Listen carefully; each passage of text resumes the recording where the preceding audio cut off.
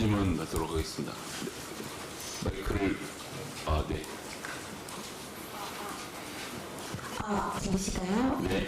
예, 안녕하세요. 저 한국일보 드림 기자입니다. 조금 전에 최고위원님께서 이제 기자간담회 모두 발언으로 이재명 대표의 리더십 10가지 분을 꼽아주셨는데요.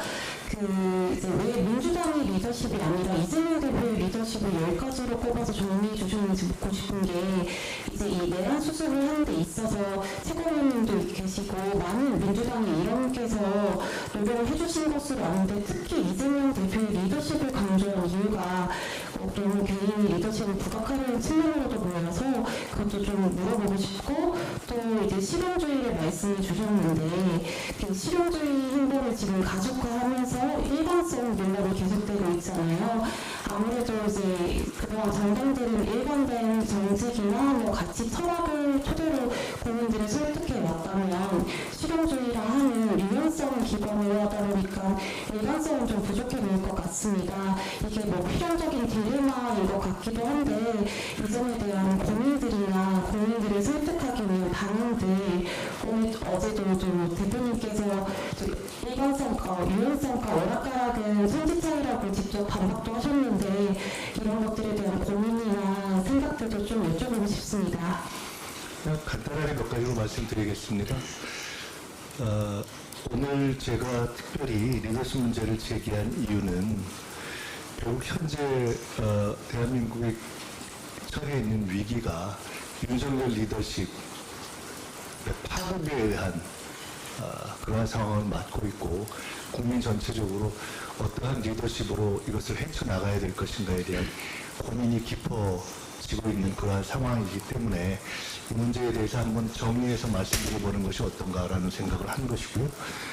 두 번째로는 이것과 관련해서 실제로 내란 극복 과정에서 민주당의 행보가 이재명 대표의 리더십 하에 쭉 이렇게 함께 진행되어 왔기 때문에 사실 구분하는 것이 한편으로는 큰 의미가 없는 반면에, 실제로 이재명 대표가 개인적으로 보였던 어떤 그 리더십의 특성들에 대해서 상대적으로 우리가 정리가 안 되어 있는 면이 있어서 지금 이 시점쯤에서 한번 정리해 보는 것이 필요해 보지 않는가. 제가 아까 말씀드렸던 것처럼 경고하고, 그다음에 실제로 그 기업을 해제하는 과정에서의 시민들의 결집을 주도하고, 또 비제혁명이라는 호명을 하고, 이런 등등의 것들에 대해서 사실은 우리가 생각보다 좀 간과하고 있는 면이 있다라는 점에 대해서 정리를 해볼 필요가 있다는 말씀을 드리고 싶었고요. 세 번째로는 오늘 그 문제를 정리한 이유는 국민의힘이 좀 바뀌었으면 좋겠다 하는 차원에서 말씀을 드린 겁니다. 국민의힘이 제가 아까 이재명 대표의 리더십에 대해서 말씀드린 이유는 이재명 대표의 리더십이 무슨 완전 무결했다 이런 차원에서 말씀드리는 것이 전혀 아닙니다.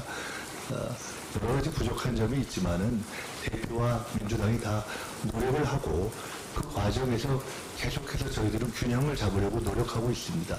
변화하면서 균형을 잡으려고 노력을 하고 있고, 제가 10가지로 정리한 것은 사실은 이재명 대표 개인의 리더십이라는 측면도 있지만은 민주당이 그런 방향화에서 계속 변화하고 내란 극복을 하면서 대처해 온 것들을 종합적으로 말씀을 드린 것입니다. 이재명 대표의 리더십이기도 하고 민주당이 지금까지 대처해 온 과정을 정리해 본 것이기도 합니다. 다만 그 중에 이재명 대표의 개인적 리더십이 별도로 존재하는 부분이 있어서 그걸 그렇게 말씀드린 것이고요.